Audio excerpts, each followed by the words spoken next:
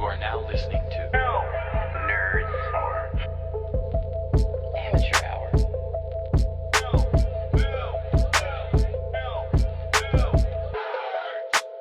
Please, allow me to show you something. Let's get to work.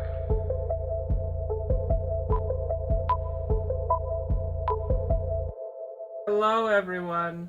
Please listen to the show Peas and Carrots. The Disney crap does that mean? It's not Disney crap. It's a reference from Dragon Ball Super, which I've been watching endlessly. That's how you summon Super Shenron with Super Dragon Balls to grant any wish you desire. You have to say, "Oh, great dragon, please come forth and grant my wish, peas and carrots." It's a true fact of the show. You wouldn't do that? You can get any wish. If you had one wish, what would it be? To meet Lin Shaye. You're thinking small. I would, Either that or have a huge budget so I can make more movies. I would want a card with infinite money on it. That way I could give a bunch of money away, make a bunch of movies, produce movies for you, buy a bunch of anime. I have sad dreams, but they're dreams nonetheless. I should just make a mint. Henceforth, then I can have all the money I want. You're gonna come out with a cryptocurrency? Nerds Hour coin? Maybe. They keep releasing new forms of money. I know. We got Bitcoin years ago, and now we got Dogecoin. Well, then there's that crypt coin thing too. Yeah. I don't know, man. Well, you heard about what happened with the McCafe guy, right? No. Well, he committed suicide in prison, but one of the reasons he was going to be expedited to the U.S. and arrested there was he was scamming people online saying that he had new Bitcoin and was selling it to them, but those were not real things.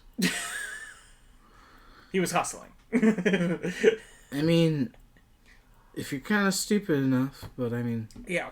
But it's I don't just know. like, It depends on who you're giving it to. Because when a lot of people don't understand finances, yeah, that's not their fault. But exactly. if you're smart enough to feel like, yeah, this is a trap, and you still go for it, if you're you smart, kind of deserve to if get you're scammed. smart enough to imagine a guy with a fish head in your brain going, "It's a trap," then yeah, don't do it.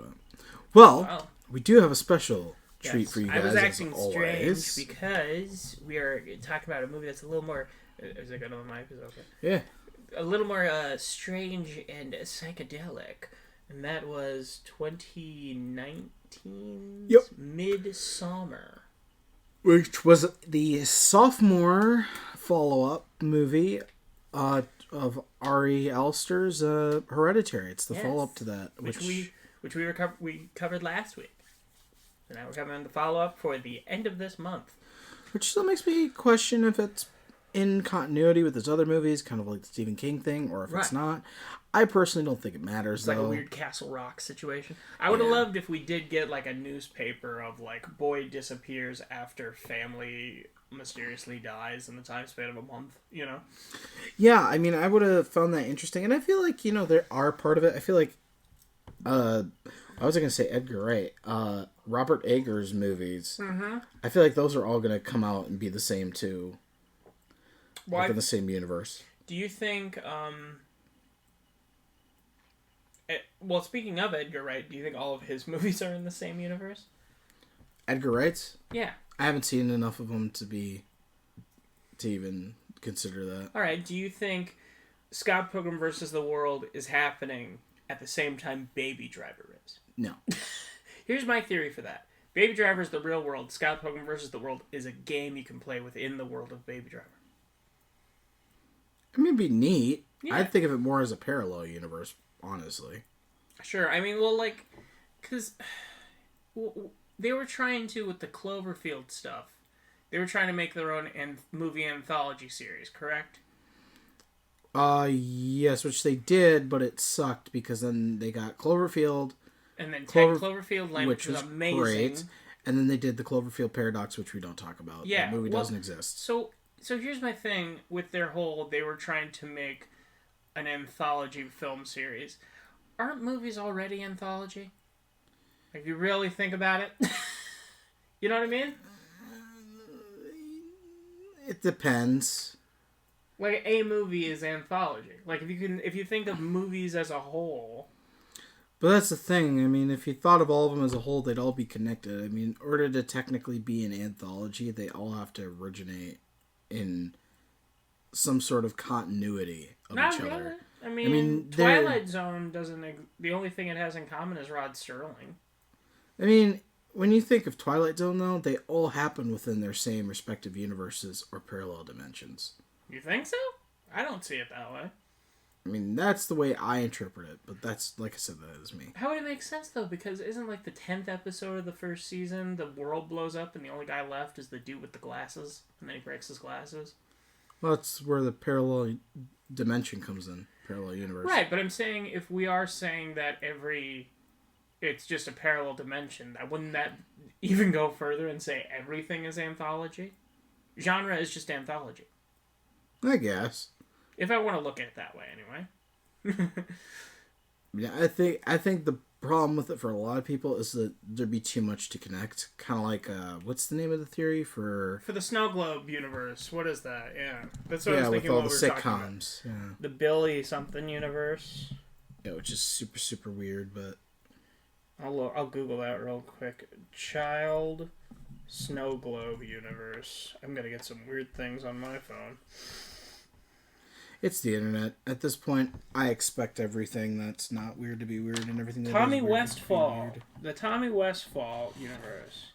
That's right, because something with this sitcom that he did. He was in the last episode of a series called Saint Elsewhere, which was a hospital drama, and it was revealed that the hospital was in the snow globe. That's right, which is something that Krampus did. Yeah. Which I really liked, and that should have got a follow-up. Well, the reason that it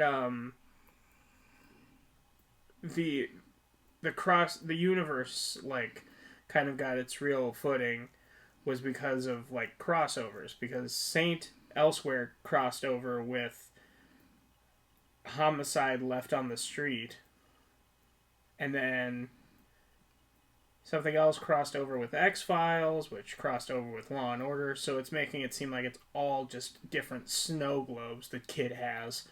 And there's even a reference in Doctor Who, and the final scene of 30 Rock also has a snow globe. It's interesting. I mean, it's interesting what people can come up with on the internet, you know what I mean? Like, it's always something unique, and I appreciate it. Yeah, I mean, it makes things simpler, I guess. I think it does. I mean, it's kind of the thing, like, one of my friends I was talking to, they kind of don't like that whole thing about it. Mm-hmm. Somebody made a diagram of the Tommy Westfall universe. You want to try and follow that for 5 seconds? Oh, on my talk, they were discussing it a while back. It looks like a floor plan for a planet. If I have to describe how many layers this crap has. Anyway, that actor who played Tommy Westfall, he must get questions all the time, like, is the universe real? Like, he doesn't know. He was in a weird episode of a show. Like, of course, I'm pretty sure he embraces it, but more or less, hopefully. He's just kind of like, I mean, it must get annoying at a point. Of course it would. I mean, I wouldn't want to sit and answer people's questions about it all the time. I mean, well, and like, just people coming up to you and referencing stuff to you. That's got to get crazy. That's why Dave Chappelle left the country for a time. That was his... See, the funny thing is, though, he thought he was giving a break, but it was just kind of more punishing everybody else. Mm-hmm. Did you ever watch The Chappelle Show? No. I gotta send you one of his sketches. It's a Godzilla homage. I gotta send you that. But, so yeah, Midsommar came out in 2019. Do you want to give him a little synopsis, or should we say anything? I mean, really, all you need to know is that's kind of a psychedelic trip. And basically what the Midsommar Fest is it's a festival in, is it Sweden? Sweden, I believe, yes. Norway. Sweden, okay. Yes, it's in Sweden, and basically I don't even know what more to say about it. Basically, This movie doesn't exactly make me, as a foreigner, want to go to it. yeah, it's a basic celebration that the country has, and it's supposed to be a nice kind of get-together of festivities and stuff, and, Sure. you know, Aries came up with it and was like, you know what, I wonder what I could take and literally flip it onto its head. Which, if Right. you guys know anything about that, you also know that Seth Rogen did that with with Sausage Party. Yeah. He basically wanted to take the concept of Toy Story, the animation style, and he said, what can we do to completely and utterly fuck this up? And that pretty much what he came up with. Mm-hmm. Which, to his credit, actually was a pretty decent movie. I enjoyed it. I thought it was one of those little fun movies that was mindless in a way that wasn't too repetitive, but also fun. Right. Exactly. And I don't think people really give it that respect that it deserves. When did that even come out? 2018? It's 2016. 2016? I was say 2015 originally, but I'm like, no. Yeah, it was 2016. Okay. So. Alright. Well, so...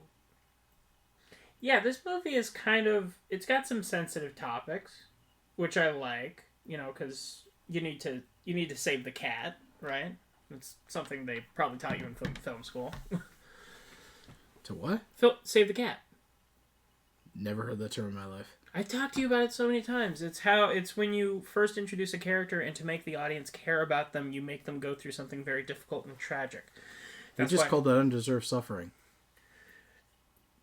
No, but doing it in a way that will make the audience care. That's Save the Cat.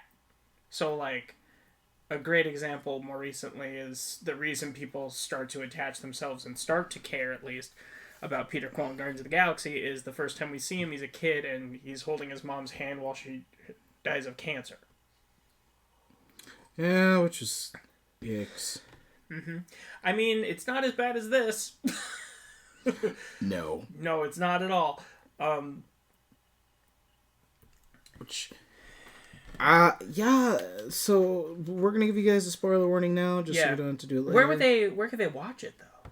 Is what I'm wondering. If they want I know to see right offhand that one of them was going to be Hulu, but I think you have to have a premium subscription for that. So no, not Hulu. It's on Amazon. No, Amazon Prime. You can watch it for free right now. Vudu, you can rent it for $2.99. Otherwise, YouTube, Google Play, and Apple TV for $3.99 a piece. Yeah, which it's worth it. And depending on your region, it might be on Netflix. That's cool. Netflix has always got all the exclusive ones in other countries that are high budget. But hey, if you got a service like, and we're not sponsored by them, if you got NordVPN, you can change your code thing so you can watch whatever you want. Which makes a lot more sense, but... Mm-hmm. It's a lot cheaper than having, like, however many different services. Just have one and just keep changing the region. Watch whatever you want. Which, feel free to sponsor if you guys. Yeah, NordVPN. Like. You want to give us some money? We'd appreciate it. Yeah, we don't mind being sponsors for you guys. You guys make some good stuff. We'll make a really good commercial midway through the episode, like you're supposed to. But anyway, and also keep in mind this does deal with some topics of suicide and, like we said earlier, drug usage. So, hey, if those are sensitive topics, maybe skip, As especially the visuals for a lot of the more graphic deaths and suicide they are very graphic. So that is something right away that we do want to let anybody who may not have that comfort zone to know just going into it. So. If this movie taught me anything, it's that shrooms are not always a good time. No. Based on evidence, more often than not, a bad time. Very much so. But here comes your spoiler in 5, 4, 3, 2, 1. So those of you that are still with us, hi. You should know now that there are spoilers afoot, or welcome back. Or welcome back. That ending was crazy, right? Yeah, we're gonna dive right into it for you guys. So, yeah, so let's go into the cast real quick because I love this cast. Florence Pugh as Danny, she is fantastic. Very much so. I think they've really got a killer all-star cast. So there is no denial or lack there. At least for the main core characters, for sure. Because I've definitely seen the guy who plays Josh, William Jackson Harper. I've seen him as... Oh, yeah, he's in The Good Place. That's right. He's great in that show. And he's in Hereditary. Oh, yeah. There you go. Yeah, that took a minute. Yeah, I wonder how that's going to work, too. Some of the recurring actors, that kind of factors under the question of how they're going to do that, or if it's a shared universe as well. Yeah, exactly. Maybe they're twins. Or maybe that was him previously. Who knows? But Jack Rayner is Christian. He's in a lot of good stuff. I'd highly recommend... You I didn't see it, but you watched Kin, right? Was that good? It was fine? It wouldn't be my first recommendation to anybody. Okay. All right. What about Free Fire? I still have yet to see that, and he was in that. Free Fire, I definitely recommend. Okay. For him, I recommend Delivery Man. I know a lot of people don't like that movie, but I really enjoy it. And then Sing Street, I've heard nothing but good things about. I gotta watch that, too. He was also in the 4th Transformers, which was not as bad as the 5th. I gave up after 2 because 2 didn't really captivate me. I do have the entire collection, and eventually I'll rewatch them. But if you watch anything from the Transformers, check out Bumblebee. That one's worth a watch for sure. I got a friend who keeps recommending the animated series stuff to me. So yes. Mm-hmm. I've been told that is where you should go, at least if you enjoyed the movie, so you can at least have a fun time. And our boy Will Poulter's in this, too. He's in a lot of good stuff. Did you ever watch the Black Mirror? Yeah, I don't really associate him with that. I would associate him more off my memory of not only Maze Runner. Maze Runner series, yeah. But I would also... Well, I think he was only in the first one.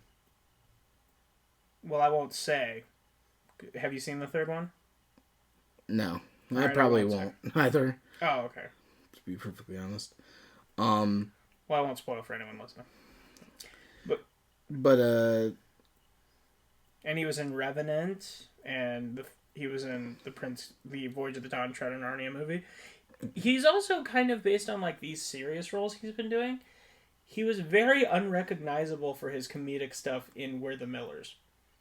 Yep, he was in there. Yeah. The thing I most commonly associate him with besides Maze Runner is, for those of you who know the little game. Oh yeah, Little Hope. Little Hope. Yeah, I watched my friend stream that. Yeah, which is a absolutely great game that you guys should definitely try for yourselves. Yeah. It's part of the Dark Pictures anthology, which, for those of you who don't know what that is, essentially it is by the same people for PlayStation fans, because PlayStation's awesome. There was a PlayStation only exclusive called Until Dawn back in 2015 that had Rami Malek, who went on to portray Freddie Mercury in the Bohemian Rhapsody movie. Yeah. It also had Hayden Panettiere from Heroes. Oh, that's right. I haven't finished that series, so I don't know that. But yeah, they got some good people in there. Mm-hmm. So those are the 2 big names that you guys would probably know. So that was only for PlayStation by Supermassive Games, and then they kind of wanted to... Basically, they had this butterfly effect engine where you basically make all these split reaction choices. And it determines everything. So yeah, it's a great game, great series. Definitely give it a try. For those of you who are not PlayStation, you can give yourself a try over with Man of Medan and Little Hope, which comes after. They are separate anthologies, although they will call back to the other ones, just kind of a recap because it is an anthology series, but they are all separate stories. Like, They're literal, like, books in the game. Exactly, and I love how they made all the characters in that game look like the voice actors. Yeah, which they typically model after every voice actor, That's which is certainly really a thing. nice. That's Or, certainly a thing I should say now. actor. Yeah, that's certainly a thing now. It wasn't back in the day. It's like, oh, you design your character, then you try and find someone to voice it. But it's kind of the opposite of that, and I like that. I feel a lot of that too, which we'll do Nerd Tech Yeah. had on, but I feel like a lot of that also had to do with just merely the fact of the technology they had. Mm-hmm. I don't think you could really mocap very well. Well, and that game also had it had Brett Dalton in it, who he's in Agents of S.H.I.E.L.D., and it also had the audience might know, as far as cast members from that, they might know Jordan Fisher better, who he's been in a lot of stuff lately. He was in the second To All the Boys movie. You know his face. He was what character was he? He was the guy with the leather jacket. I can't remember his name offhand, but yeah, yeah. I remember him. And he was dating the Asian girl. Yes, who was dating Brett Dalton's character in the previous year, but we won't. Yeah. Anyway,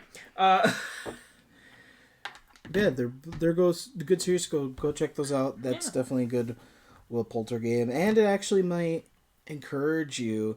I mean, I'd say Little Hope is probably a good game to come off of the Midsommar if you guys want something to do with kind of that lore.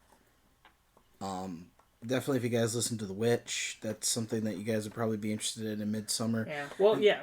I'd say Hereditary, Midsommar, and The Witch would inspire me to play Little Hope, in all honesty. Honestly, yeah, I feel that for sure because it deals with Salem stuff.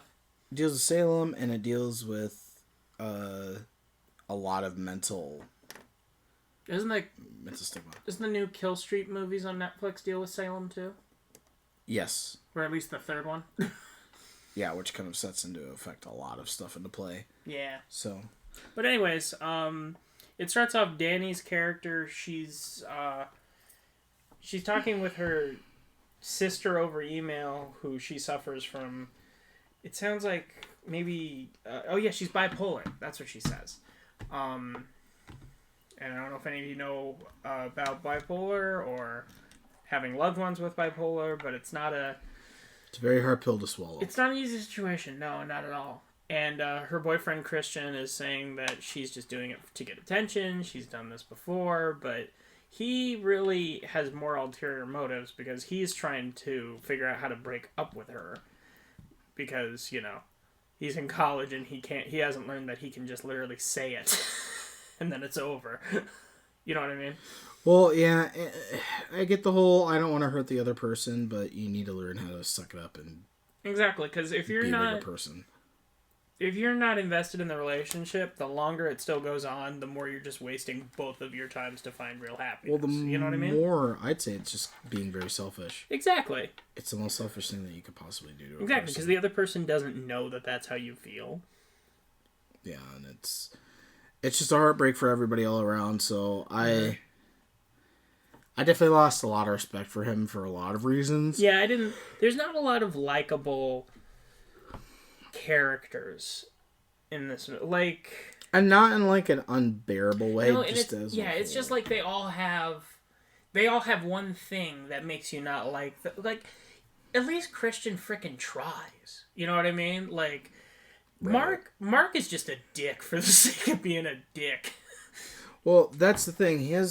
He kind of wrote himself off as that just being his personality because it gets to be his personality, and he's that's like a not. Dubra. Yeah, and it's not about the lazy. It's not about lazy writing. It's merely just like there are people like that. I've known people exactly. like that, and I sit there and I'm like, how do you live with yourself just being that way all the time? When he's telling him you should break up with her now because we're gonna go to Sweden and we'll bang some babes in Amsterdam, and I'm like, you clearly don't know where things are on a European map. Other direction, but which maybe it would have been a good thing if they would have just avoided it, and he got to the airport, hopped on the plane, and they were like, yeah, we're gonna take the next one. Sorry, buddy. Josh, he's a psych major, so he's like he seems more sympathetic with Christian than Mark is. Paley is a foreign exchange student. He's just like, whatever. Yeah, he just is kind of there to be there and is like, man, all right, life is good. I got to deal with BS, but it's whatever, man. Yeah, exactly. But so then she gets a call from well, she's talking to another person because she's afraid that she's pushing Christian away and all this stuff, which unbeknownst to her she is. But then she tried to call her mom and there wasn't any answer, and we as the audience see that it looks like they're sleeping. But then she gets a call and it turns out her sister, who's bipolar, closed the garage door and left the engine on in the car, which caused a carbon monoxide poisoning release into the house.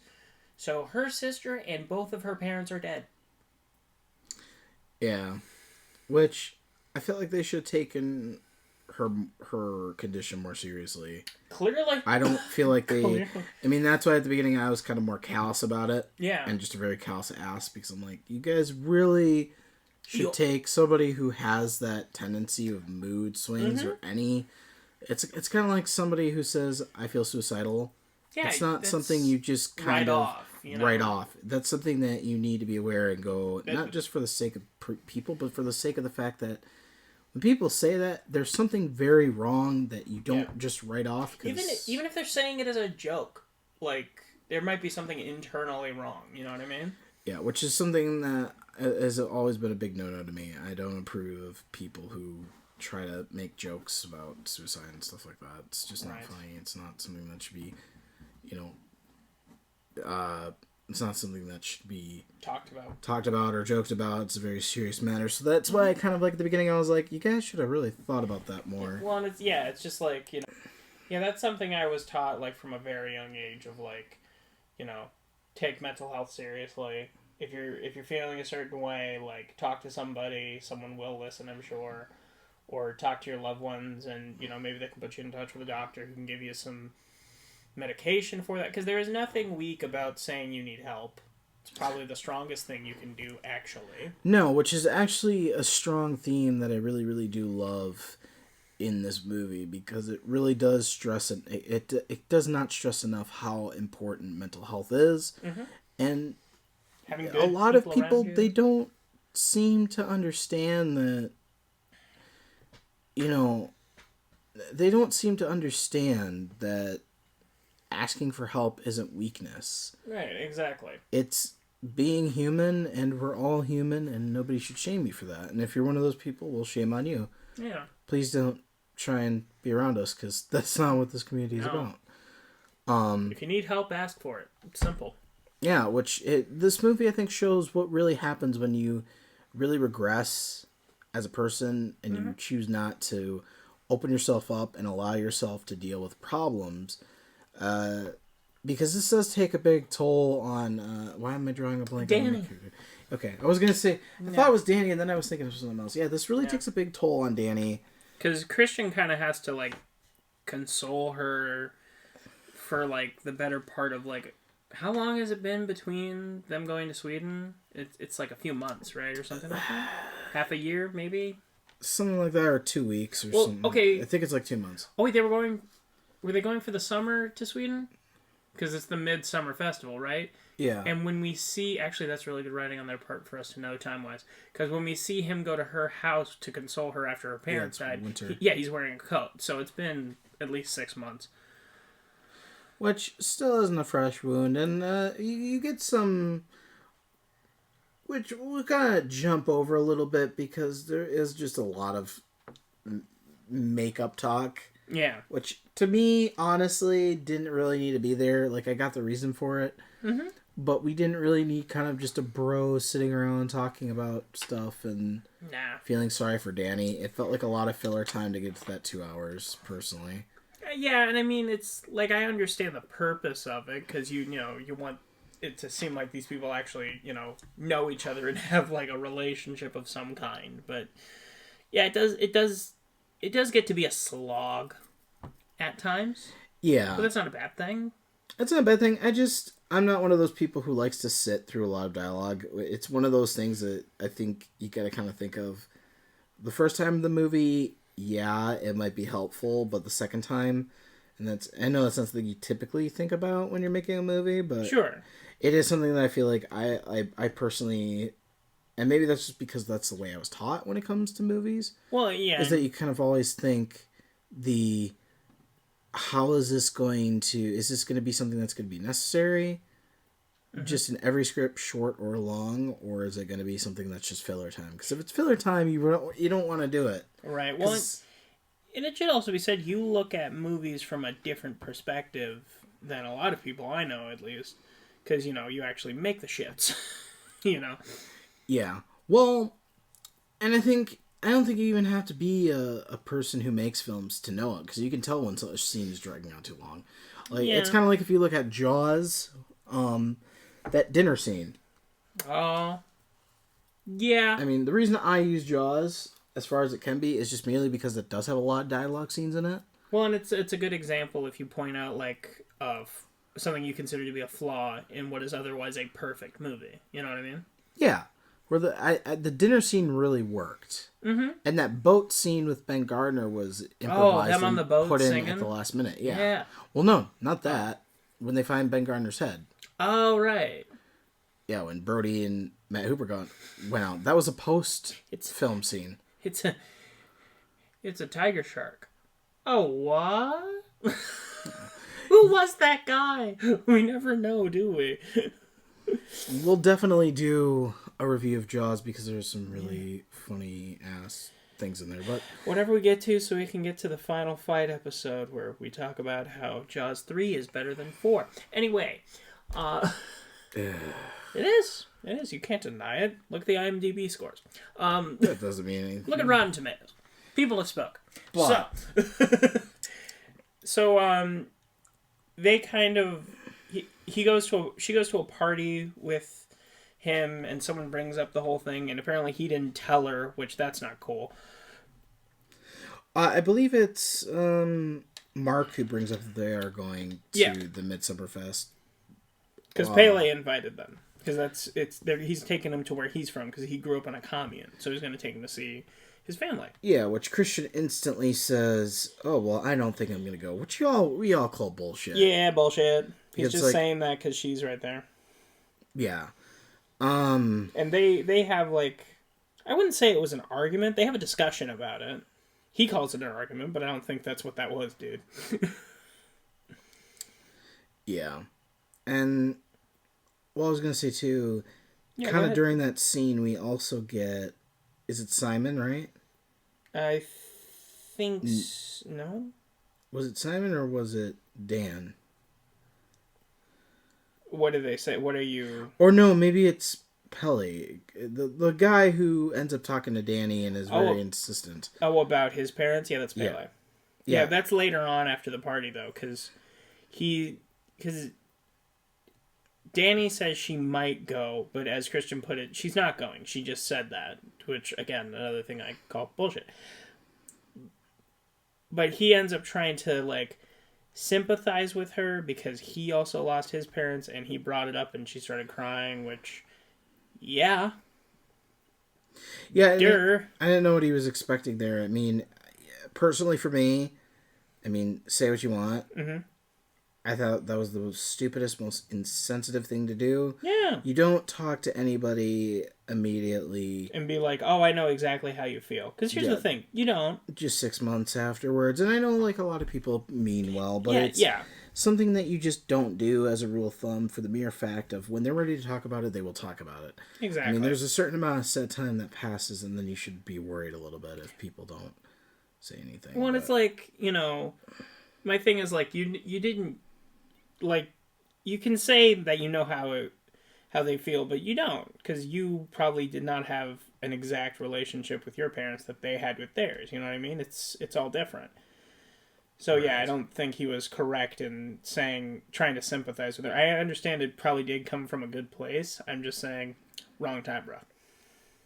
Yeah, especially when you specifically know that the boyfriend is trying to move on and she doesn't, which should have been another sign, because it's kind of one of those things too where I was like, did you ever think that maybe, just maybe, there's a reason that she's there and didn't know about the trip. So Exactly. that should have been another sign. Also, you were there when the guy was talking about leaving her. Yeah, so it was kind of... It just a really poor taste. Yeah, it makes it really seem like he wants to get in her pants, which we find out later. He does. Yeah. Which, I really called from the get-go just right away because I was like, okay, why would you be talking about it so much and trying to sympathize with her so hard? Here's also how I kind of maybe got an early vibe that he was going to attempt something. It's the fact that earlier on, when they're all telling Christian you should break up with her or whatever, it's all run its course, blah, blah, blah, blah, blah. He's the only one sitting there who doesn't say a thing. And that seems suspicious to me, Like, if I was in that situation, I'd be like, do you have an opinion? Why are you just sitting here? Come on. Right. And there's a lot of subtle hints. Yeah, subtle nods and stuff like that. To things throughout the film, which is something else that I really do like. Me too. Because it was very well played out. It was very well paced. Realistic and well paced, yeah. Because you don't... And I mean, that's been kind of like the common theme that we've had all month with all these different movies because they're psychological. And that's the big thing I think that makes or breaks psychological movies in terms of following. Mm-hmm. The biggest things are always to put little subtle hints and messages that really immerse you into the universe and little foreshadowings. Right. I feel like that's any movie, but I feel particularly when you're dealing with psychological films, that's a very important aspect. Well, I feel like that's an important aspect for, like, just rule of thumb for good storytelling, I'd say. It makes a second viewing a little more eye-opening. Well, yeah, and I'd say also it's a very good way to show just how in-depth you are with your story. Exactly. Instead of just, having... that little bit of depth to your story where it's like, oh, it's a shallow story. It worked, but there's really nothing else to it. Right. It's kind of also it's kind of a basically a cock tease for for world building. Right. And that's a big thing because I feel like world building, you gotta put little elements. Like, there's little stuff like easy when it comes to sci-fi, but horror films, they're sprinkled with that. I mean, look at Evil Dead. And it's stuff that sometimes was just left on set. Like, what was it, Game of Thrones that had that coffee cup there? Yeah. That they tried to throw a lot of... It had the Starbucks cup there. Mandalorian had the dude wearing jeans in the background. Which Jean guy was in another series, I believe. I think so. I like how he's getting his own cinematic universe. And not to mention the amazing sitcom mess up. Back when George Lopez was on, his favorite show, guys.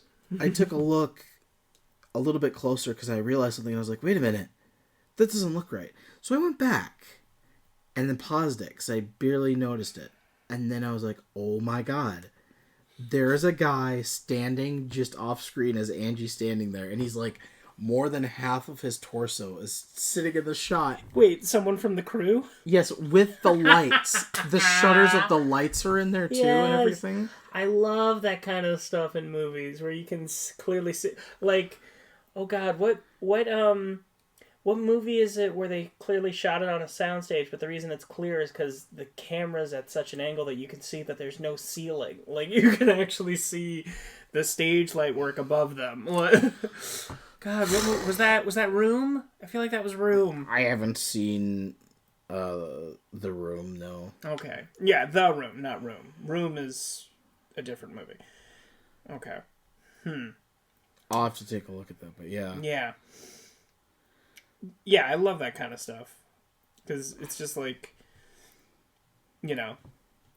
somebody was off mark once and no one in the entire crew noticed it until after it aired, and then they were like, shit.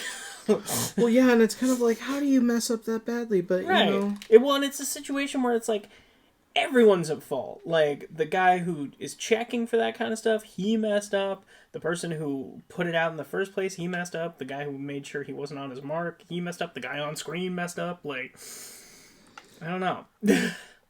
There was just a whole lot of messing up that probably shouldn't have happened, but yet Exactly. That's the point. somehow still happened. Exactly. Which, So I somehow. thought people were paid to do that. Mm-hmm. You know, to make sure that that doesn't happen. Yeah, they're the people who messed up. No. You know. What you gonna do? One day I'm gonna make a compilation. Just watch me. Yeah, I'm just people in backgrounds.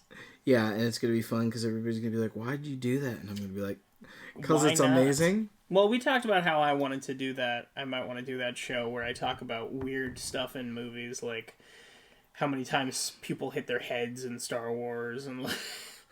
Which is very clear and present. Like, some people you don't even have to, like, really stray away to notice that Falcon one. The first scene Lando is in Return of the Jedi, with the reveal of, oh, it's Lando hiding behind the mask. He hits his head on the ceiling. I think there's kind of a little bit of an audible thump in the background. It was! I heard it, and I was like, wait, are you kidding me? What is this? I love that stuff. Watch that guy probably also have something wrong with him too from that, Right. and they had to be like, "Are you gonna be okay there, buddy?" Oh, poor Billy D. Williams. But yeah, so she does end up going with them, obviously, because if she didn't, we wouldn't have a movie. Well, we'd have a very different movie. Yeah, an extremely different movie, honestly. But then they drive and they stop. The first stop they make is like in this field where he meets some other people that he like is also from his village. They all did or his commune. They all did exchange programs, and they get some nice some mushrooms, little psychedelics. Which is like, I'm glad that that's your first thought is to get psychedelics. Am I the only one who thought they all seemed way too eager? Well, yeah, and I get you're young and you're in college, but it's like self-control. it's shrooms. Like, I don't care what stage in my life I'm at, even if I didn't have a heart condition. You cannot tell me doing shrooms is a good idea. Especially in some place that You're not familiar with. You don't know where anything is. And they could be the friendliest people, which again... They are, it seems like. If movies taught me anything, and just my general experience with life, that doesn't really matter. Mm-hmm. But it's, yeah. She ends up taking it in tea, which if I had to take shrooms, it's probably what I'd do. To be perfectly honest. Which... I mean, judging what she's been through, I don't think she wants to really think about just trying. And I feel like maybe it had a little bit more significance in the reason of one particular thing. Mm-hmm. Excuse me. You're fine. The reason I think that maybe she had to do that is because she didn't want to think that she was... It's kind of like the alcohol. She didn't want to think consciously of... The situation. Her situation and just using drugs to cope with it. Well, she also, to me at least, it seemed like she was extremely peer pressured by literally everyone. Yeah, which was another thing. I'm like... Very shitty. Very shitty. Okay, if you really didn't want her to come with that badly, then you shouldn't have, A, let her come with, but B, don't torture her on the trip and pressure her into shit. Exactly. Especially when you know what's happening. I mean, I get, like, you know, sometimes, too, when you go to other cultures, they're really pushy just because they want you to experience their culture and see it in a specific way. But even then, I'm still kind of like, okay, let the people breathe. Exactly. So they kind of just embrace their teenage sides, and everything is fairly normal. The one major thing, too, is that, how many hours does daylight last? I don't know, but I know it ends up being a thing where it's like 9 at night and the sunlight's still out. Yeah, which isn't... I want to say that they were probably... They were staying there for 9 days. Yeah. So was it like 2 days? Mm-hmm. I think that every like 2 days is when they probably cycled out. Yeah, that sounds correct. I think it's a weird thing because they also say like, oh, it got dark. It got almost dark for a bit, and then it But then there's points later on in the movie where it gets straight up dark, like pitch black. Yeah, which was freaky of it in itself. Right. But It's yeah. And like she has a really they all seem to like they're sitting high and I'm like, this is what mushrooms is? Doesn't seem that cool. They're just sitting there. Will Poulter's character's freaking out. He's like, can we all just lie down? And I'm like, this doesn't whatever. But then she sees grass grow through her hand. that is something, yeah, that's definitely something. The visual effects. It's beautiful. Yes, that is beautiful. And they play a large role. The amount of things when they're on psychedelics is absolutely amazing. It is the tiniest little things. Yeah. Like they'll the be thing looking later at on flowers, with the flowers and they're blooming. Like, yeah, she has a flower crown on, and that starts blooming and shrinking. And there's it's little camera super tricks incredible. that almost make you, the audience member, feel like you're on psychedelics. I don't even know if that was camera tricks. I almost think that was some post stuff. Yeah. It's little like tricks. I mean, like special effects tricks. And it gave me vibes of like the scene in Doctor Strange, the Magical Mystery Tour. True. Where it's just like, I touch a butterfly. Ooh, I shoot back to the earth. And now I go through baby hands. Actually, I wonder if that's probably where they got their inspiration from. Because it wouldn't surprise me. I know a lot of more recent movies got their kind of mindfuck visuals from Doctor Strange. Because Doctor Strange did it a lot more. It seemed like they were kind of riding a hype train a little bit of like, oh, people love weird crap. Let's just make weird crap. Well, and you know, with psychedelic movies, I don't think it's really been done. It's just kind of been put there. It was done when psychedelics were more of an open thing. Like, there's some 60s stuff that is just weird, man. Like Clockwork Orange and shit. Or that's 70s, I think. Yeah.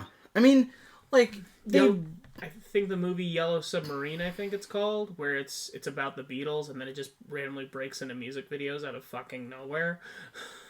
I mean, I know there's that one that my dad showed us when we were chilling with him, too. Mm-hmm. And I can't remember what song it was for. But that one was really trippy. The only movies that I can think of that have done it is Panos Cosmatos' Beyond the Black Rainbow, which we did. Yes. That one was very, very to it. Mandy. Mm-hmm. Oh, Mandy had some really good psychological trip scenes. Well, and if we're thinking TV shows too, like frickin' Real Monsters is very trippy and psychedelic. The Banana Splits, HR Puffin stuff, like a lot of MTV stuff from back in the day. That I would expect. Yeah. Because it's MTV, so I'm not... It's music television. Yeah. But all music videos are kind of trippy in their own way, just because I feel like that's the only way to engage you, but I feel like it's more of a mat. It's more or less when you're editing a music video, it's about immersion. Even the one you worked on recently, which we won't say much about, that is trippy if I think about it. Like, if I think about what happens in it, you know what I mean? A bit, yeah. The music is going to bend to it. And yeah, no, it works with the music. I'm just saying, out of context, just that footage. It'd be really strange. Something you can use in a horror film. Yeah. Which, we'll just warp it and place it upside down. Which I'm very impressed. I'm very impressed with my phone and my half-assed skills to make that. Half-assed? How dare you? You are an artist. I wish other people saw it that way. You know, my earliest, I think, seeing of psychedelic stuff, and it might be yours too. Anyone else remember a little scene called the riverboat ride in Charlie and the Chocolate Factory? You know why they put that Willy in Wonka there, and the Chocolate Factory. Why?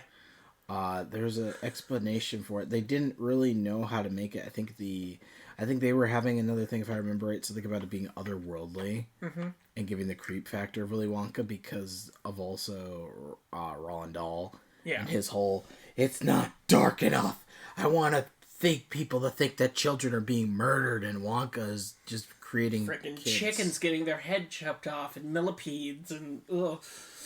Well, yeah, they had that, and then the snake crawling across the woman, which for the longest time I was like, Dad, is that a bike chain being pulled across a woman's lips? And then no evident reason. And your dad, wanting to be a good father, was like, yeah, sure, son. No, my dad was just like, no, it's a snake. It's just a creepy sequence. I don't know what's going on. Which I don't think he really knew what was going on. No one did. Do you know I how still many don't. times I had to watch that before I was like, oh, that's a snake. Yeah, exactly. Neat. It's so weird. And then, like, what is it?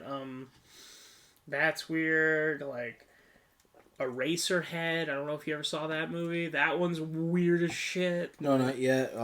But I know that was David Cronenberg's first film. Yeah, I think it was his first film. Which Possessor, I had to get on Vudu because I heard that's his son's like second film, I think. I think so. But that one we haven't done yet because I want to preview that one because I know that one's got some really intense elements. So I don't even know if I'm gonna be able to do it. Hey, I made you sit through House. I think you can do anything. I mean, that's true. I mean, from what I know, yeah, for sure on that, what I've been told, I was like, oh, this. Even from the trailer, I was like, okay, so this is gonna be a bit of a gory, brutal ride, more so graphic. And then my first thought too is also, oh, it's a Cronenberg film. Of course, it's going to be disturbing. Exactly. And it's coming from a next generation Cronenberg, which is going to make it that much more disturbing. Yeah. I mean, I will say, I will give you this credit right before we get back to the synopsis. You had the quickest bounce back of anyone who I've ever showed House. 24 hours later, you were like, yeah, it's a masterpiece. It's a terrible masterpiece. How dare you? It's so terrible, it's good. I watch that movie like every 6 months. See, you're not watching it enough then. It's a great movie. But I've had people who I show it to, and they've straight up been like, I need to not be around you for like a month, because I need to figure out what the hell that was, and like... and I'm like, okay, whatever. I mean, more or less, it is actually... It really is one of those movies that you kind of just need to, like... Did I just experience what I experienced? And after you process that, then you can be like, all right, it's a grieving phase. It's like, okay, I did just see what I just saw, but I need time to accept what I just saw. Exactly. Because it happened. Yeah, because when you first watch it, what was the phrase you said? What is the editing? What is the music happening? Well, I still stand by that. The hair is moving in the water. Now, why is she on the banister? What's with the cat? I will stand by that part. There was some... That whole movie was just such a fucking bizarre trip. Nate, the piano's eating her. Nate, why is the piano eating her? Yeah, which, if you guys haven't listened to it, we have done a review on it. Best birthday ever. Check it out. But... yeah, so she has a really bad trip. Everyone else, it seems like, has a so-so kind of trip. But then they go to Pele's village, and they're having the Midsommar festival, which only happens every 90 years. This particular festival? Yeah. Yeah. And we learn about, like, their little commune area, like, how their whole system of people works, where it's, like... from this age to this age, you're this. From this age to this age, you're this. You know, like, and it goes from, like, worker to cook to teacher to mentor, and then past 72. He makes a motion jokingly of, like, a thumb going across a neck. We find out he wasn't exactly lying. Yeah, which was a bit fucked. A little bit. Because... yeah, they meet some other people there other people from his commune brought some other people. There's like a married couple. But then they have a feast. Everything seems okay. Mark, I think he goes, or is it Mark? Will Poulter's character? I think so. That sounds right. I still have yeah, Mark. He goes to take a nap for a bit. And then, well, when they were there too, there was like a lot of fun dancing. It seems like a very innocent place. You know what I mean? More so than it should. Yeah, and Pele's sister, who's not actually his biological sister, but she was born on the same day. She seems to like Christian a lot. Yeah, which is like, okay. Okay. Because there's a way to express things, and then there's just what are you doing and why? Exactly. But then they end up the older people who are at the head of the table, which the table looks really weird. Can we say? Yeah. Well, I shouldn't say weird. It looks like it's in like a Nordic symbol type situation. Which, I mean, I actually like the setup. I like the design that they picked for it, which was kind of nice. It was different.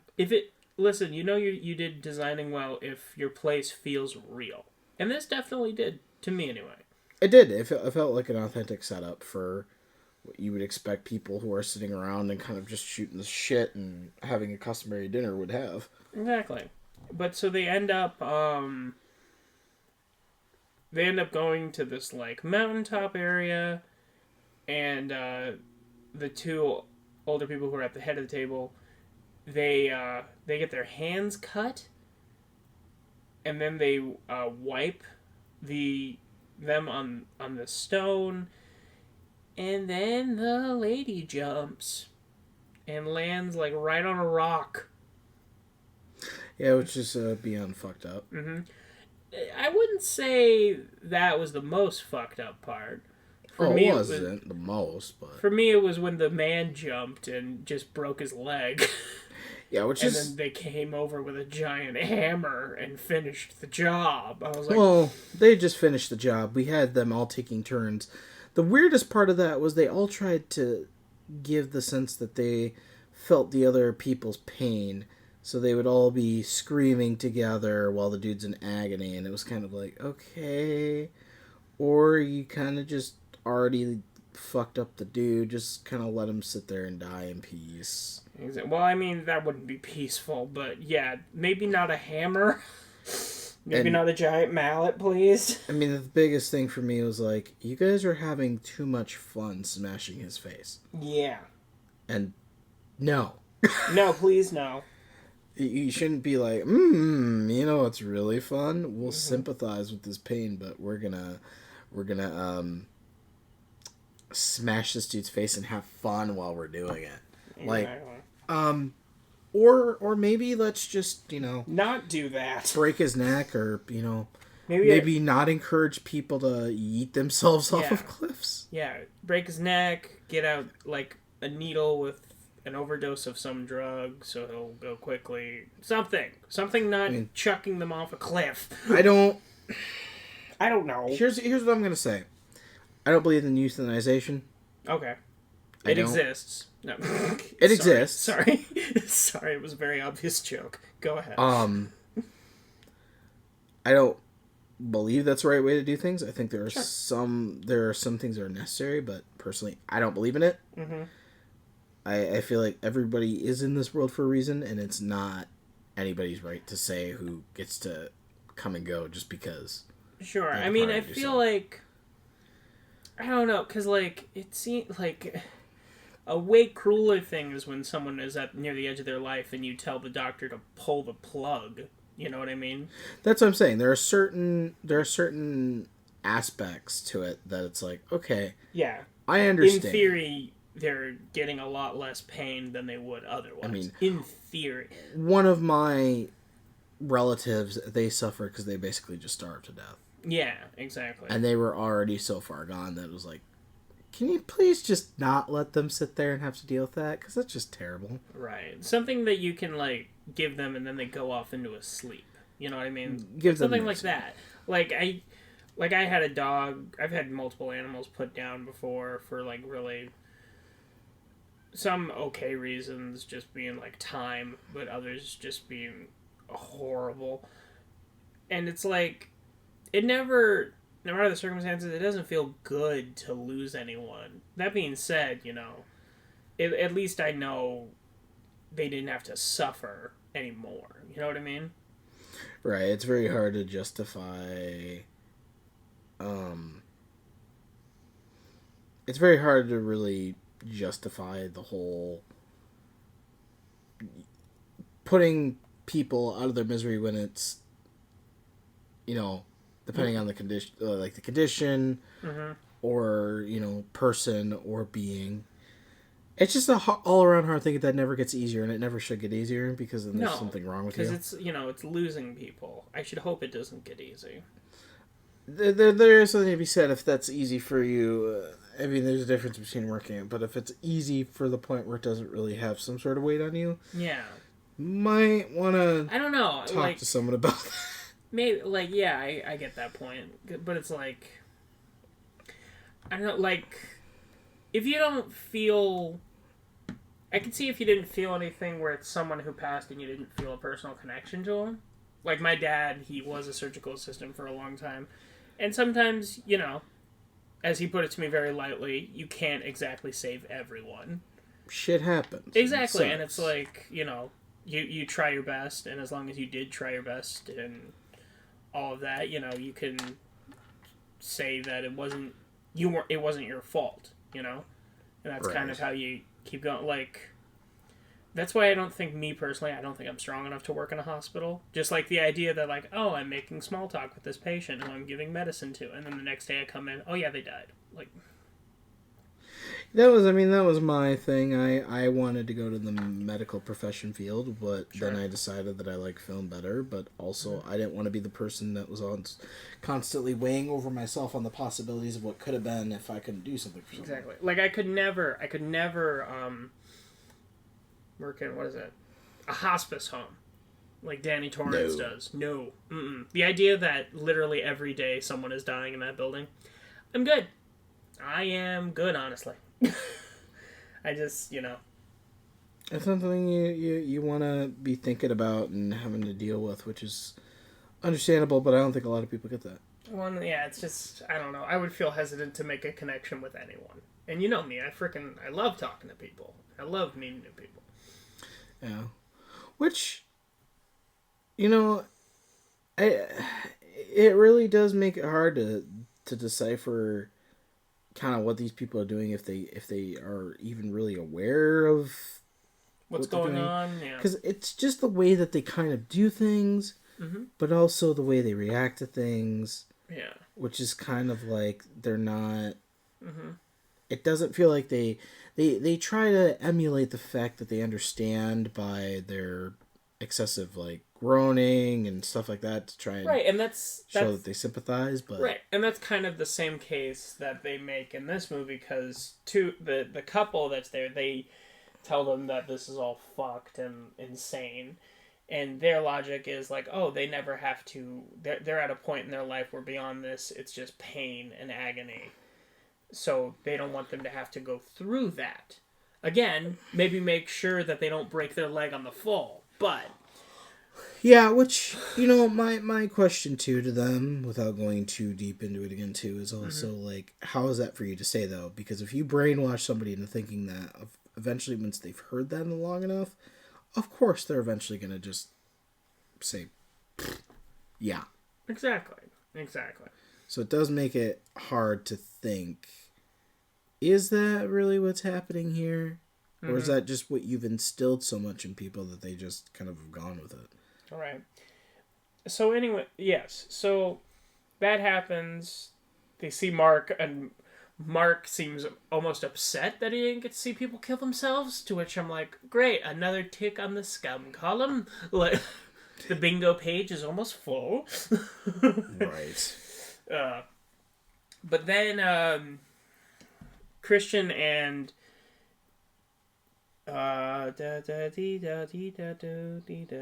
Christian and Josh, they both expressed that they would like to do their thesis, because originally Christian wanted to just do his thesis on the Midsommar festival just throughout all of Europe, because everyone in Europe does different traditions, all that stuff. That's why they're taking the trip. And Josh, he wanted to do his thesis on Pele's commune.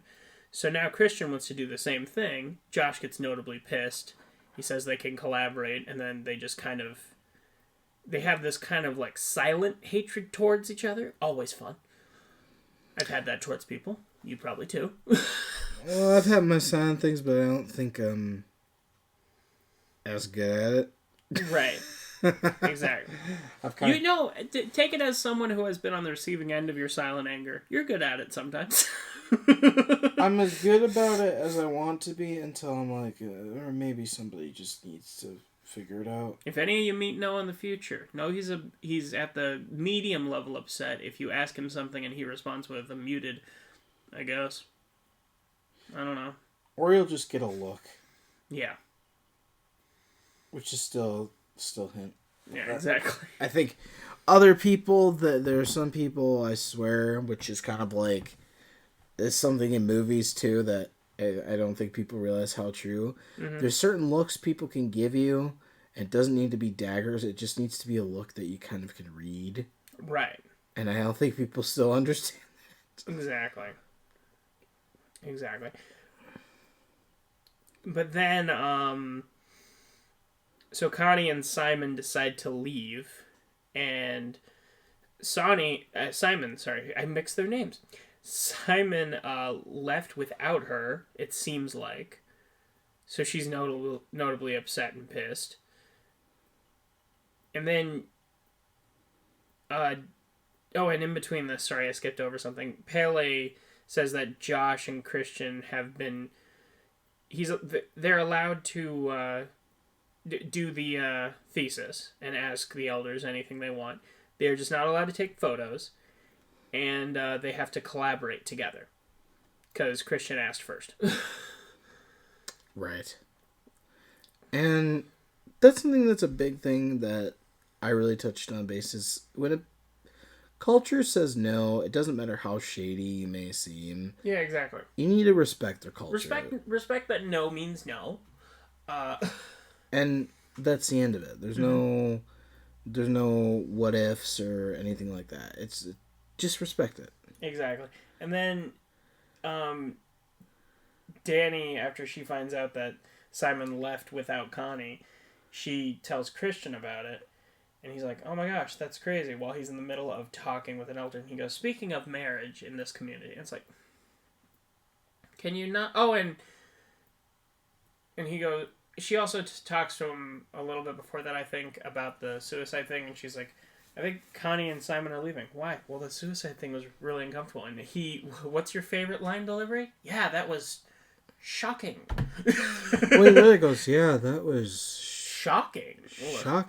Yeah, and it's like... Just like that. And I'm like, I can't tell if that's fucking kidding me? I'm like, is this a character choice, or was Jack Rayner just particularly tired that day? Well, I'm pretty sure it was just the character like, oh, because it's like, oh man, I didn't get to see guts and gore. Yeah, exactly. It's like, okay, dude, we get it. And it almost seems like they're kind of like, they're weirded out by the fact that Danny is less desensitized to this, and it's like, yeah, she just lost everyone due to something similar. Of course. Right. But then they're doing other stuff in the community. Josh gets to see the latest of the big books that they live by, because the book keeps getting added on to by a single member of their community, in this case Reuben, who he has a deformed face, it looks like, and he's their like seer, I think they call it, something like that. I don't remember. I don't know. Prophet, something along those lines. And that's because he's a product of incest, and that's all their prophets. All right. So. Yeah, which was very flawed. That's a choice. It's a choice. And he asks if he can take a picture of the book, and the guy's like, no, absolutely not, and gets really offended by it.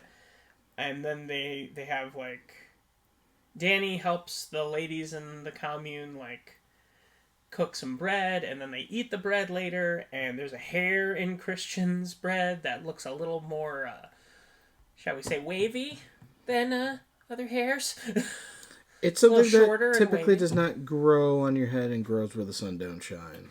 Well, and we saw the painting earlier of someone's area getting shaved, and then a depiction of it being baked into bread and then someone eating it, and I'm like, so that's what this was alluding to. And the thing about that is that it's supposed to be... I don't know her name offhand, but it's Pele's sister who we met earlier, right? Yeah. I mean, the whole thing of that being in the bread is supposed to be a love call. Yeah, they're destined for each other, because only destiny would make sure that he would get the bread. But there's also... I don't know if they put something in there, but I believe they put some sort of chemical that you're supposed to be That's later. infinitely attracted to that person. No, no, that's later. It's not attraction so much willingness, I think is what they say, and like you let your guard down more. Okay. Either way, it's nasty. Yeah.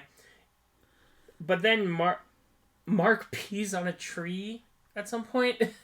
That is where everyone is buried. Because genius. I'm sorry. His whole thing is, I didn't know. That's all he can continue to say. Well, I didn't know. Yeah, he doesn't sorry. apologize. He doesn't say his mistake. He never even asked where the bathroom was. He just started peeing on a dead tree that everyone's bodies were under. I'm sorry. I don't give a shit. There's no way in hell that you can't simply just look at the only tree in miles of land and go, that may have some slight significance. That's different. Yeah. That's not typically how trees are. Exactly. But then he gets lured away by a girl. This is literally the easiest someone has been made vulnerable and then we find out later killed.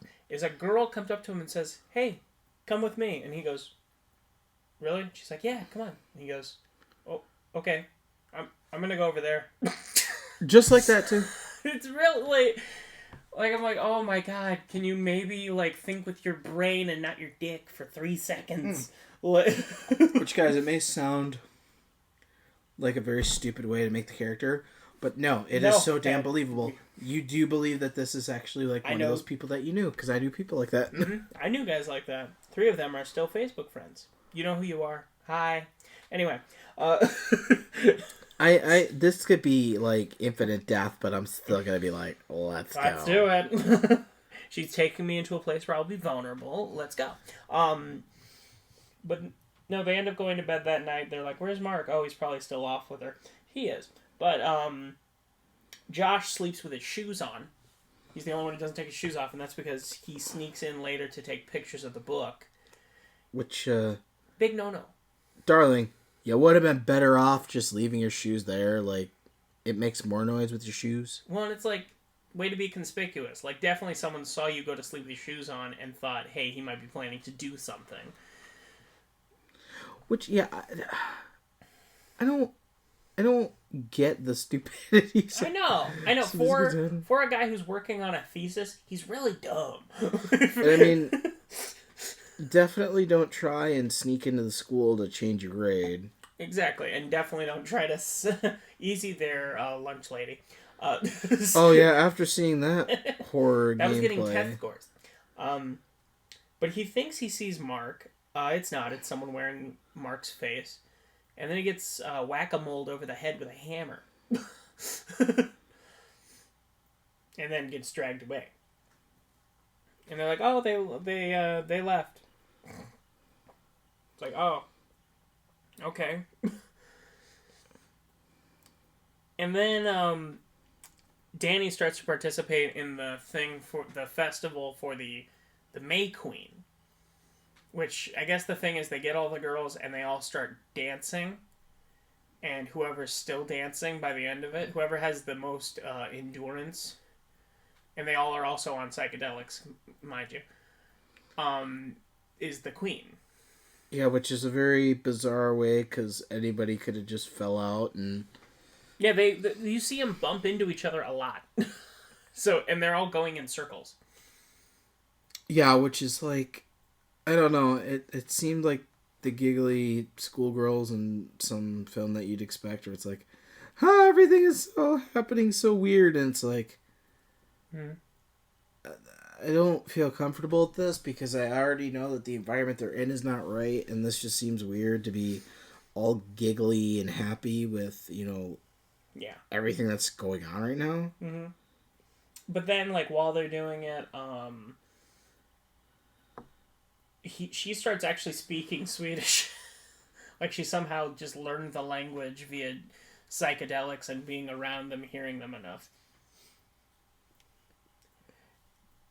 And then Christian gets given a drug that is supposed to... She says straight up, it makes you more vulnerable and more susceptible to instruction. And he's like, I don't know, I don't think I want it. It might give me a bad high. And she's like, no, try it. And he does, like a genius. And then Dani gets crowned the May Queen because she's the last girl dancing. And, yeah. Yeah, which is like, alright, that's expected. I mean, don't get me wrong, I still don't really believe that she actually won. I believe they just kind of let her win? Yeah, it's all part of a plot, it seems like, anyway. I mean, I feel like there's a couple of them that were like, I have no idea what's happening, but I feel like there was a fair amount that were purposely like, we're just gonna fall out now. Right. But then they give her a flower crown, they carry her away, Pele kisses her, because he's been trying for that for a while. But she's just like, oh, gimme, and it's like, dude. Yeah. And he was like, both my parents died in a fire, I know what this is like. He kept trying to, like, make her talk about it, and it's like, she doesn't want to talk. If she wants to talk, she will come to you. Just take out do what the little doggo meme does. Just take the little bonks out. Go back to horny jail. Yep, exactly. Back to horny jail. But then they have a big feast. She's in a huge flower dress. They sit there. He's like shaking, Christian is, and he asks someone what's going on. And then they like clap their hands in front of his face, and he like kind of submits. And it's really, he's like, "Why did you do that?" Like, he's really not handling this drug well. No, which is like, maybe that should be a sign to you that you should maybe not do it. Yeah. And while she's sitting there with her big dress of flowers, they keep opening and closing. It's a beautiful visual. It's very beautiful. Yeah. Mm-hmm. Which, for the scene, I have to say that's beyond one of my favorite effects. I think single-handedly, just because of how well it was done, and just merely from the fact that I don't know how to describe it. It's just visually so appealing. There's something about seeing something when you're sober. Yeah. But having the illusion of it being a psychedelic effect that's very pleasing to the mind in some way. Because it's foreign and you haven't really seen it. Mm-hmm. So your brain can't really comprehend it. But then she gets taken on a little cart ride thing. He gets taken back with Pele's sister, and is led into a room after they take his clothes off with just a lot of naked women.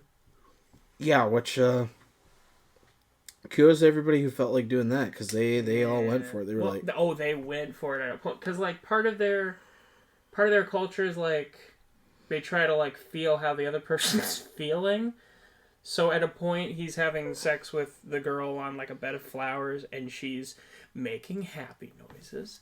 And do you like how that's my terminology for it? Well, yeah, I'm also thinking of the next thing that comes around. Yeah. Oh, your favorite scene that you thought was hysterical. Because then we get one of the older women, naked women. That's towards the end. They're all making happy noises.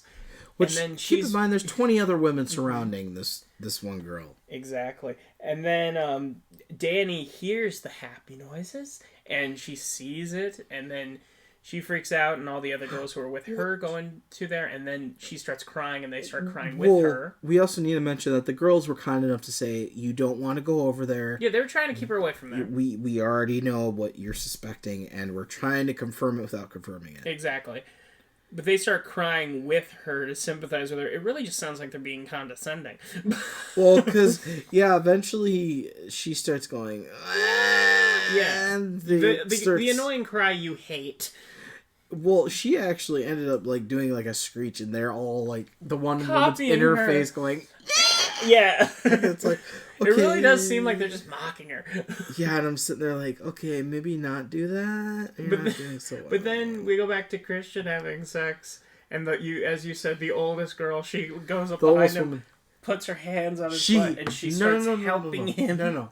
You have to really illustrate it. No. She came up a hand and clapped them cheeks with her hands and started pushing them forward. I'll help. You clearly don't know the technique. Let me assist. And he looks back and rightfully gives the hell look, but the other girl's like, no, keep looking at me. Which to me would have already been walking in there like, oh Yeah. wow, there's 20 women in here. How about There was no? 8. There was 8. And then the girl that wanted to sleep with him. It don't matter. They're all part of some weird They're all cult. nude. I'm like, ugh. I don't care if you're all nude. You're all part of some weird cult, and I'm out. Yes, but then he what's the term I want to use so we won't get demonetized? He has a conclusion. He has a happy ending. No, that'll even be worse. That's what they say. Happy endings. He had another happy landing. Thanks, Kenobi. Now Disney will be honest too. He had another happy landing. He made an angel with liquid. Why don't you just say he Far Cry 3? Well, okay, so after that happens, she starts going, "Oh, I feel it. I feel the baby inside me," and that makes him sober up, and we get your favorite hilarious sequence of him grabbing his junk. No. And running around this whole place. First, he runs out with his dingle dangle. So yeah, which by the way, two Jack Rayner, as from two men to another. Bravo, sir. Good job. Bravo. I mean, especially having that much confidence. And, yeah. But yeah, we get a full dong, and then it's just going. Whoop, whoop, whoop. So dingle dangle. Which, if I have to be honest, I like equality in nudity. No, I very much appreciate it because of the fact that it's something that's not. There's something about males where it's like every time they see. Yeah, because I swear in every rated R movie I see boobs. Well, it's every R-rated movie, and everybody's also like, as soon as they see a penis, they're like, oh, no, it's a penis, you have to destroy it. Like, gentlemen, kill it with fire. you have a dick. I'm sorry you have to see another penis. That doesn't make you gay. It's a dick. Guys are like, look away. No. We've all touched our own, whether that's going to the bathroom for other things. It's a natural part of life. Mm-hmm. It's something that's on screen. A body is a body. Get over it. If you can see a baby naked when it's first born, you can look at its on-screen junk for 5 minutes without getting antsy. Yes. And you can definitely watch a sequence where a dude runs bare-ass naked through a community running away from people for a good, 5 minutes? Well, the greatest part of all of that is when he runs in and he sees all the other cult members and then realizes, oh, my dingle dangle's out. Yeah. And then cups himself and is like, oh, I'm running into another person. This isn't right. Yep. And then he runs away. He runs to a barn and he sees Simon with the, what is it called? The blood eagle or something like that? Where it's a Viking thing where they take the ribs out through your back. Yeah, they cut. So basically they pry open your rib cage, take out your spine, or take out your rib cage and then pull your lungs through so that way you can suffocate. Because once the lungs leave your body, considering the fact that they don't have your rib cage to expand themselves on but keep them limited, they just deflate. Yeah, but that's why they call it that, because it looks like you got wings. And he's got flowers in his eyes. It's very visually, it's some good horror. Yeah, for me, it gave me a lot of vibes to Jeepers Creepers. Which is something that I really liked because I do, spoilers for that, I did like the ending where they had the body horror for Derry. Which was kind of a nice touch. So this kind of reminded me of that because that was the first movie that I ever really saw that was like, besides Saw, that was like, oh, that's horrific, and it wasn't done by a machine. And instead of no eyes, he's got pretty flowers. Yeah, which, he was clearly alive, because if you looked closely... He was breathing. His lungs were still... Which shouldn't be possible. So either he was alive, or he's just not a great actor. Well, I really hope there's no actors where they were like, sir, we're going to make... This is method work. We're going to do Blood Eagle. We're going to pay you really well. Okay. Well, I'll just sign away here. It's like the job nobody wants in Star Wars. You ever heard about that? No. You know how in A New Hope and Return of the Jedi, you know how you see the Death Star beam go through? And you know Yeah. how you always see the guy in the corner who just pulled the lever and he's like, Jesus, like barely almost touching it. Yeah. He can't have kids, I'm pretty sure. Like, I'm pretty Oh sure yeah, it's for the radiation. I'm pretty sure it's a one and done job. Just like, listen, we're going to pay you really well and give you a really good insurance plan, but you got to pull the lever on the death ray. Because I guess that you couldn't get a droid to do that. Like, this is a specifically human movement. Well, if you remember the Empire, they hated droids, but there was only one thing they hated more: people of race or aliens. Okay, here's my question. If they hated droids, why do they have the little tiny car things rolling around? They didn't just because they hated them doesn't mean they weren't useful. Exactly. So why not have one frickin' pulling the lever? Because the Empire didn't care about safety; they were expendable. I guess. But Why still, why would you waste time on securing safety when you could go, you're dead. All right, get the next person. This is my favorite added thing of, like, you see this giant green laser, which of course everyone is focusing on, but they put in the corner a little guy going, my God, just hugging the wall, hoping not to get incinerated. Well, Palpatine was proud of him. Here's a Medal of Honor, but you're probably going to die anyway. But you have cancer and no sperm. That is for damn sure. And if you complain about it, we'll just kill you. Exactly. Which I believe it went a little something like this in the Dark universe when it came to Morgan Katarn's death. Yeah. If you will not use your head, then I will. And it was followed by a lightsaber sound and a little and then a head drop. Exactly. But then they hit Christian with something, and it seems like he gets drugged with something. That's right. And then later during the May Queen ceremony, we see her sitting like in a chair, and he's in like a wheelchair type deal. And they're like, we have our sacrifices, 4 from outside, which is, of course, Mark. Let's see, Mark, Josh, Simon, and Connie. They're the 4. And our 4 from inside, which is like the 2 old people, and then they pick 2 random dudes who are more than thrilled to get burned alive. Yeah, which I was like, you people really are just mentally cracked at that Seriously. point. But then they ask her, she gets the honor of picking the last person, and she picks Christian. And then they put him in a nice cozy bear costume. He gets done up. It looked really fun. It was a great Halloween deal. And then they start decorating this barn full of hay with corpses and the other 2 guys. The other 2 guys get a thing that is supposed to, like, numb them. Like a numbing agent so they don't feel any pain. He doesn't get that same treatment. I call BS. Which, What, I'm he's the sorry. bear costume but no numbing agent? That's a weird trade-off. I don't truly believe that there's anything that could really numb you to fire. Well, and that's the other completely. thing. Okay, and here's the thing about fire. Your nerves will get burned off in under a second. So I feel like any screaming from that is not actually from pain, it's just shock. Then again, I've never been burned alive personally, so I don't know for sure. That's what I always say. It's purely theoretical what happens during those mass amounts of pain. We might know scientifically what should happen, but I'm not sure if we know what will or could. I don't know. I've always said, for the people who make the analysis, just remember, if you're not going to do it yourself, you probably can't judge it as a fact. That is a fair point. I mean, I don't know. I don't know a whole lot of people, though, who are going to douse themselves in fire and be like, for science! Yeah, bitch, let's go. Like, Be ready with the fire extinguishers. Yeah. I don't know if I should be concerned that you're more Like, for that, or that you're just kind of like... There's a guy with no pets. All right, what was the sensation like? Hot. It was really hot. Okay, very hot. Exclamation points. How'd it feel? It hurt. Okay, that's great. Yeah, okay. It's like the weatherman and Family Guy. It's snowing sideways. Sounds rough, Ollie. Wally was great. Yeah. But then she sees it, and she makes a weird, sinister smile. Well, she's finally mentally broken, because not only was her she- boyfriend a dick, she lost everybody, and her Literally boyfriend everyone didn't she give a went shit. there with. And then she just probably... The last thing that cracked her was coming to the realization of like, oh, this is my home now. This is where I have to live forever. Well, it's like... I have no choice in the matter.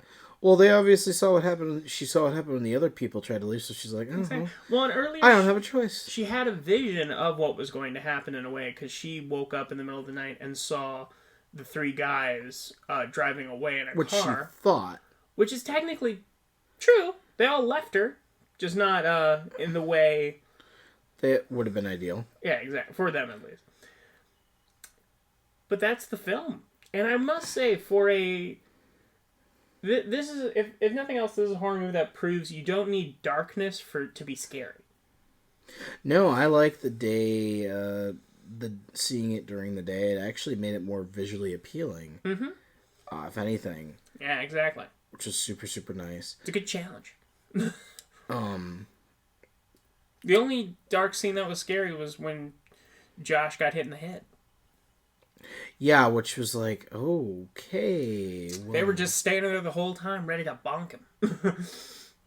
Well, I already could tell there was like, okay, they already know what you're up to, because there's no way you ask that and then they were perfectly okay with that. Exactly. They definitely had somebody guarding that place the whole time, for sure.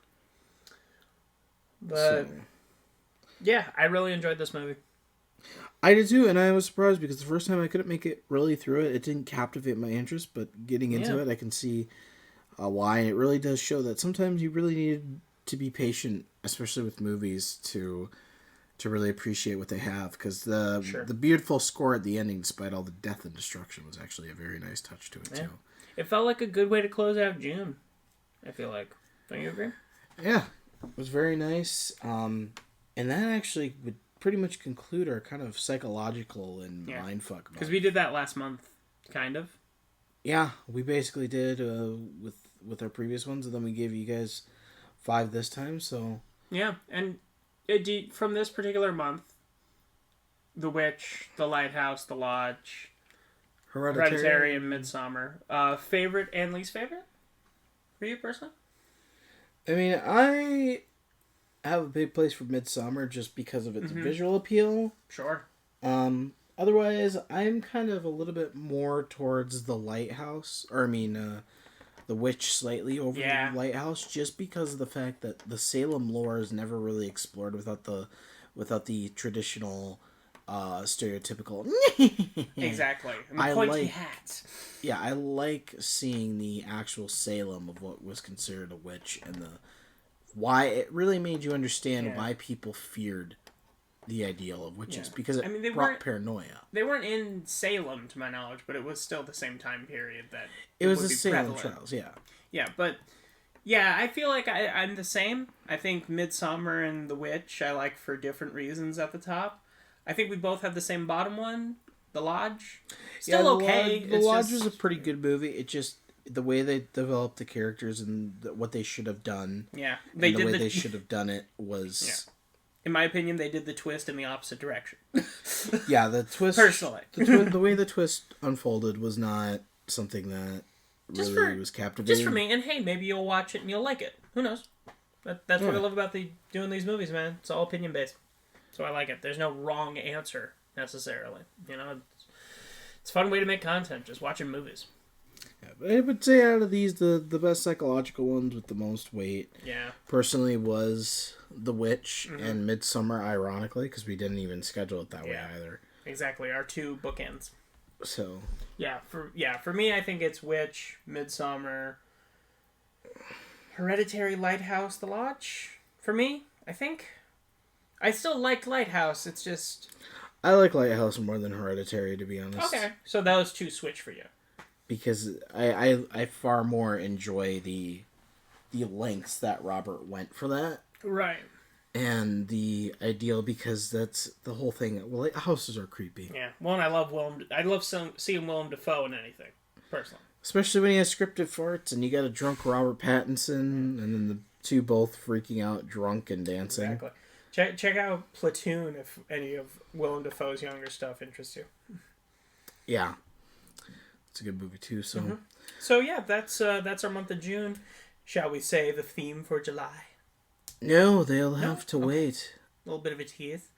You'll have to wait because you'll also be getting the first listen to of our theme, which we'll probably do probably upload that separately for you guys to listen to. Yeah, we got our theme, and you guys already saw our new wall art. The person who drew that was on. I'm loving that the stuff's actually coming out. Yeah, so you guys will get a slew of our kind of new uploading schedule, and then we'll try and get everything set up for the YouTube. for you guys over there. Because I think... By the time you're listening to this, it's probably up. That's why you're hearing it. So. Because correct me if I'm wrong, did we do like almost a half a year worth of pre-recorded shows before we started putting them up? I think it was pretty close. We got pretty close, yeah. Which obviously wears thin quite quickly. Just you think so? We're bringing more stuff up, but we got a pretty good decent amount of stuff that's spanned out for you guys. So we got a couple months worth. So you guys will be pleased, I think, with what we got planned out for you guys, and I think it'll be a better upload schedule, so you guys can kind of hear different stuff that you might want, and especially the audio, it might sound a little different too, because definitely the first episode of July and maybe the second episode of July too, we will be recording in the same space along with some other bonus stuff, but post that we're going to be recording somewhere else, and the scariest part for us, we're not even 100% sure where that is. It might alternate between two different places. We don't know. Which we'll figure it out, and maybe it'll be better. Maybe it will sound a little weirder, but either way, we'll make it work for you guys, because that's what we do. Yeah, because we know you appreciate it. We hear it all the time in the comments, so we appreciate those. Yeah, and we'll just continue, and never forget, guys, to give your recommendations, because we're always open. That's the whole point of this, is to find different movies and do different. I know some of the series that we might be considering. One series I know I want to do that we might do eventually is Phantasm, because those are. I'd be open. If you guys ever want to know a really good series that literally picks up after each and every movie. Yeah. Phantasm, oh my god. If you've ever wanted to see Nightmare on Elm Street pick up right where the last one left off. Seriously. With the same exact cast for every movie, Phantasm's it. Yeah, that's the same kind of thing with, not Critters. Tremors. That's a similar thing they started doing at a point, right? Very close too, yeah. Yeah. Tremors 2 took place like a couple years, but it was almost near after, and then 3 did that, and then the series did that, and then 4 in the Wild West or something.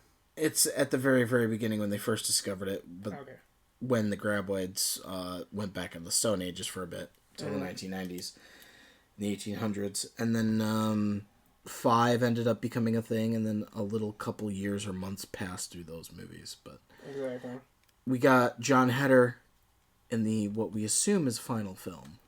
But John Heder, yeah. Yeah. Napoleon Dynamite. So we got some options for you guys there for any of you guys who want to listen. So we'll always be willing to do that. And if you're pitching long series, I'd like to throw perhaps if everyone would be down for it, let us know.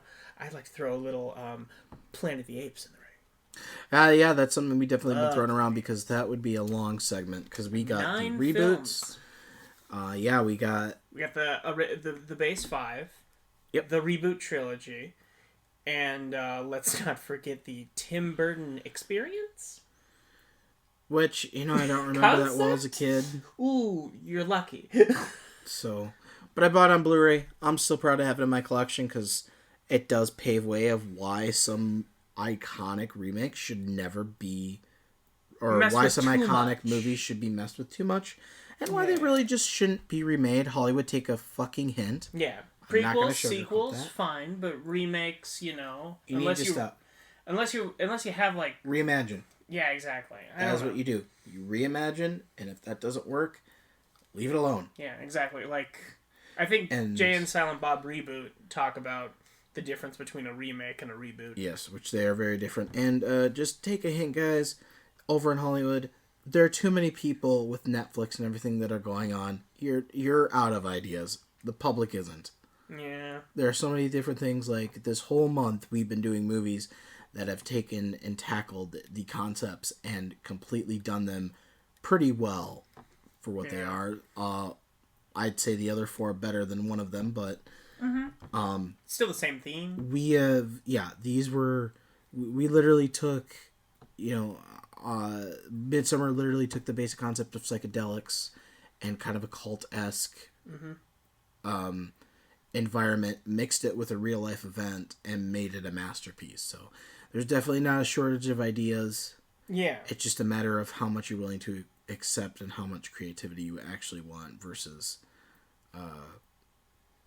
quality. Exactly. And quantity and quality, very different. money does not constitute quality at all. So No, I don't think so either. But without further ado, thank you guys for being on this long psychological weirdness journey with us. Mm-hmm. He's been No Sweeto. And he's been Nathaniel Shoemaker, and this has been Film Nerds Hour. We will see you in the month of July. So long, everyone. Bye-bye.